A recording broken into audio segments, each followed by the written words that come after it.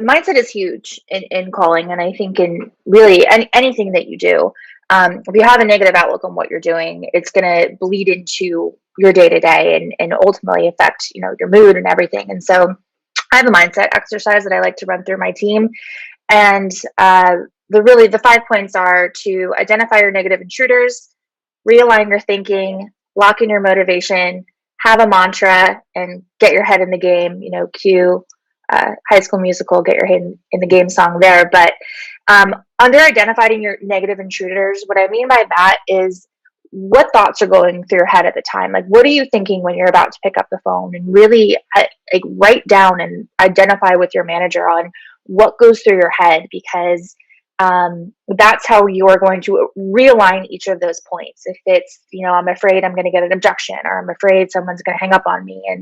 And so when you're realigning your thinking, what you want to do is dive into each of those points. And so if it's that I'm afraid I'm going to get an objection, like, okay, practice those objections. You want to be an expert objection handler to the point where when you hear an objection, you're almost excited to have that come up because you've practiced it. You know how to handle it.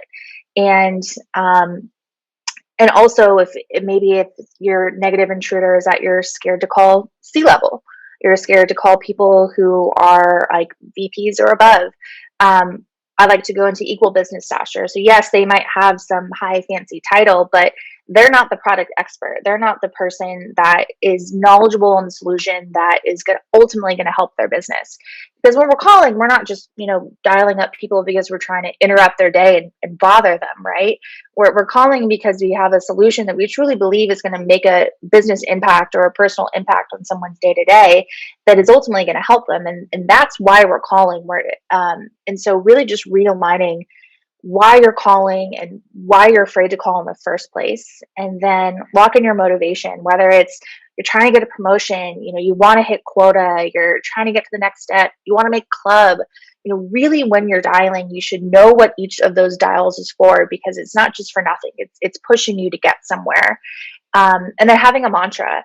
If it's as simple as just a quote or something that you're telling yourself before you're picking up the phone, just to get yourself in the mindset of you're ready to do this, and then just get your head in the game, pick up the phone, make those dials. And I think a key part here is when you're cold calling, you should not be doing anything else. You should be treating every single dial that you make like someone is going to pick up on the other end. And so that's the exercise I work through with my team.